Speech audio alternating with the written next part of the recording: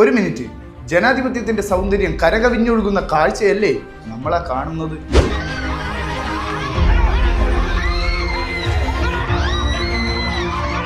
അല്ല, ഇവന്മാരെന്തിനാണ് ഇത്ര അസഹിഷ്ണുത കാണിക്കുന്നത്? സത്യപ്രതിജ്ഞയിൽ ദൈവങ്ങളുടെ പേര് പറഞ്ഞ് BJP ഭരണഘടനാ ലംഘനം നടത്തി. ഹൈക്കോടതി അതെടുത്തു കൊടുത്തു. BJP ആണെങ്കിൽ അപ്പീലിനൊന്നും പോകാതെ വീണ്ടും സത്യപ്രതിജ്ഞ നടത്തി. ദൈവനാമത്തിലാണ് എല്ലാവരും സത്യപ്രതിജ്ഞ ചെയ്തത്.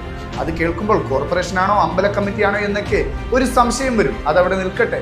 ഹൈക്കോടതിയുടെ ഈ പ്രസ്താവനയിലൂടെ മേയർ രാജിവെച്ച് പുറത്തു പോകുമെന്ന് മിക്കവാറും ദേശാഭിമാനിയും കൈരളിയും ഇവരെ പറഞ്ഞ് പറ്റിച്ചു എന്നാണ് എനിക്ക് തോന്നുന്നത്.